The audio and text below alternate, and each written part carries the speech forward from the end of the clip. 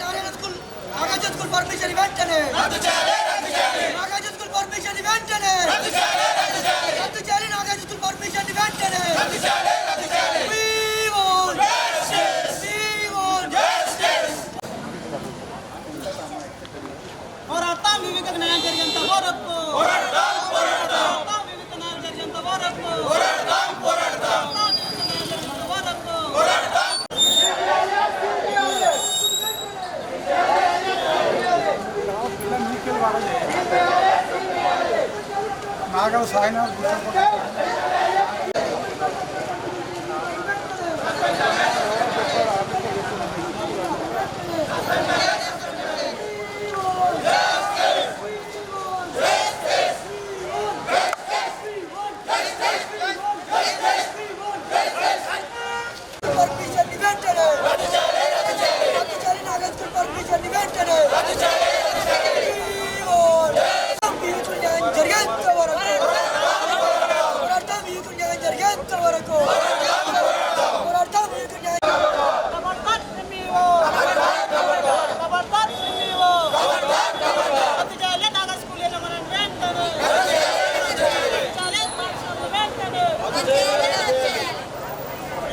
శ్రీ మందాకృష్ణ మాదిగల నాయకత్వం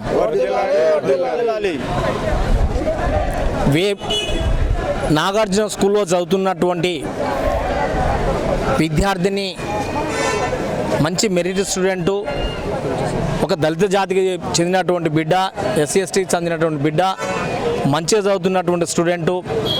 ఇక్కడ నాగార్జున స్కూల్లో సార్కు మేము పోయిన సంవత్సరం 2 సంవత్సరాల క్రితమే చెప్పాము, పిల్లలు గేట్లంగా బయటకు వస్తున్నారు, పిల్లలకు ఆయాలు ఉండలేరు, సెక్యూరిటీ ఉండలేదు, బస్ ఎక్కేటప్పుడు దిగేటప్పుడు ఇక్కడ రోడ్డు మీద దింపుతున్నారు, పోతున్నారు, ఇబ్బంది అవుతున్నది, మీరు అవన్నీ చూసుకోమని చెప్పేసి స్కూల్ ప్రిన్సిపాల్కు, డైరెక్టర్కు, వెంకటరెడ్డికి, వాళ్ళకు, రామరెడ్డి వాళ్ళకు నేను చెప్పాను.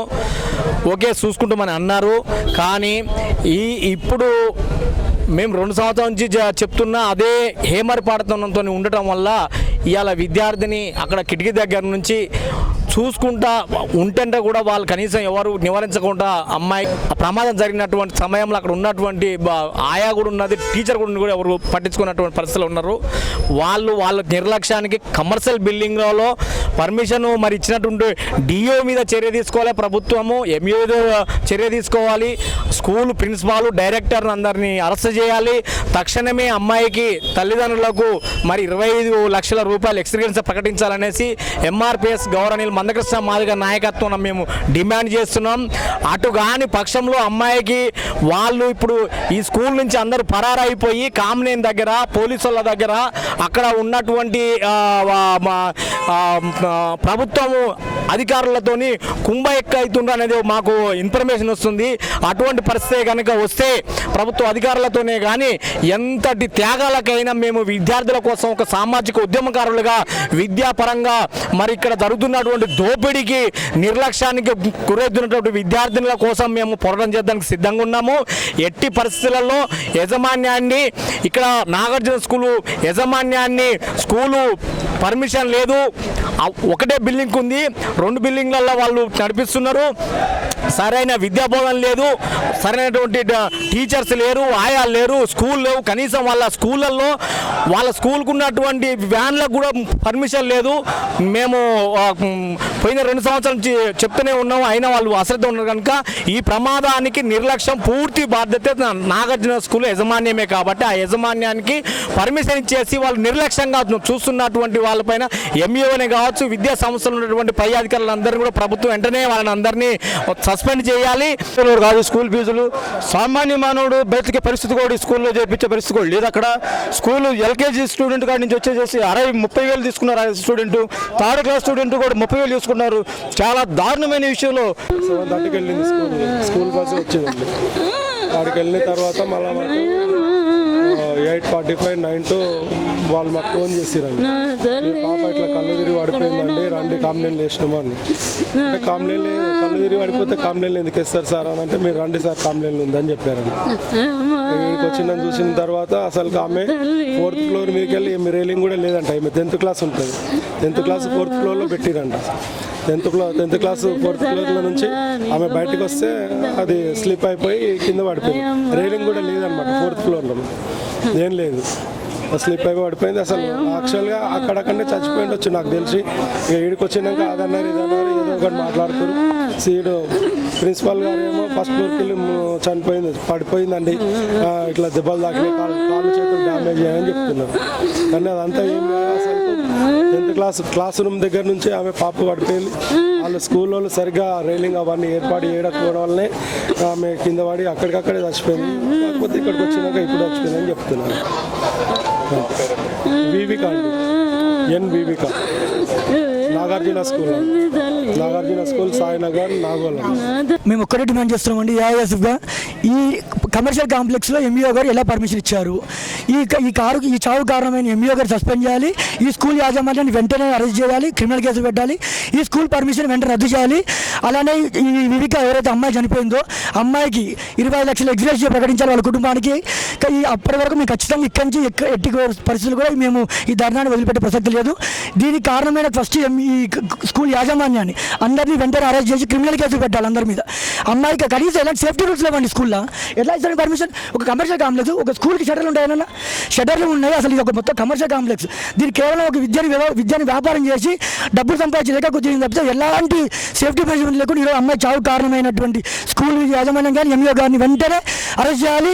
అమ్మాయికి న్యాయం జరగాలంటే 20 లక్షల ఎగ్జిబిషన్ ప్రకటించాలి. ఈ అతన్ని అరెస్ట్ చేయాలి, ఎంఈఓ సస్పెండ్ చేయాలి. ప్రస్తుతం మన నాగోల్లోని నాగార్జున స్కూల్ దగ్గర ఇప్పుడు ఉన్న 10వ తరగతి విద్యార్థిని వివిక ఎవరైతే ఉన్నారో తను ఇక్కడ నుంచి జారిపడిన అదే స్థలంలో మనం చూసుకున్నట్టయితే బిల్డింగ్ చూడండి. ఇది ఒక కమర్షియల్ బిల్డింగ్. యాక్చువల్లీ ఇక్కడ పర్మిషన్ లేదు, అయినా కూడా ఇక్కడ యజమాని నడిపించబడుతుంది. చూసుకున్నట్టయితే 4th ఫ్లోర్ నుంచి ఆ అమ్మాయి ఇక్కడ జారిపడి చనిపోవడం జరుగుతుంది. అదే చూసుకున్నట్టయితే ఇది నిర్లక్ష్యం. అక్కడ నుంచి ఎటువంటి సేఫ్టీస్ కూడా మనం లేకుండా పోయి ఈ ప్రదేశంలో పడినటువంటి సంఘటన అయితే మనం చూసుకుంటూ ఉంటున్నాం. అయితే ఇక్కడ 4th ఫ్లోర్ నుంచి జారి పడిపోయినప్పటికీ కూడా యజమాన్యం మాత్రం 1st ఫ్లోర్ నుంచి పడేదని చెప్పేసి దీన్ని కప్పిపుచ్చడానికి చూసుకున్నట్టయితే ఇది ఒక కమర్షియల్ బిల్డింగ్. వాస్తవానికి కూడా ఇలాంటి కమర్షియల్ బిల్డింగ్స్లలో ఏవైతే ఉన్నాయో అలాంటి కమర్షియల్ బిల్డింగ్స్లలో పర్మిషన్స్ అయితే మనకి లేవు. కానీ ఇక్కడ పర్మిషన్స్ ఇచ్చినటువంటి ఎంఈఓ గారిని కానీ డిఓ గారిని కానీ అధికారులు ఎవరైతే ఉన్నారో వారిపైన కూడా తక్షణమే ఖచ్చితంగా వారి చర్యలు తీసుకోవాలని చెప్పేసి అంటున్నారు. ఇక్కడ చూస్తుంటే మాత్రం పరిస్థితి కూడా చాలా కఠినంగా ఉండడం జరుగుతుంది. చూస్తే సిపిఐ నాయకులు, అదేవిధంగా ఏఎస్ఎఫ్ నాయకులు వీళ్ళందరూ కూడా వచ్చేసి ఇక్కడ ధర్నాలు చేయడం జరుగుతుంది. అంటే తక్షణం ఇక్కడ చూసుకుంటే ఆ ట్రాన్స్ఫారం కానీ అక్కడ ఉన్న వైరింగ్ కానీ ఇక్కడ ఉన్న దీన్ని బట్టి చూస్తే మనకు అర్థమవుతుంది ఎంత నిర్లక్ష్యరహితంగా వీళ్ళు ఇక్కడ ప్రవర్తిస్తున్నారనేది మనకు తక్షణంగా. అయితే వారి యాజమాన్యం కూడా ఇక్కడ జరిగిన ప్రమాద ఘటన ఏదైతే ఉందో అమ్మాయి బాలిక పట్ల ఏదైతే ఉందో దాన్ని కూడా కప్పిపుచ్చడానికి వాళ్ళు ప్రయత్నం చేస్తున్నారు.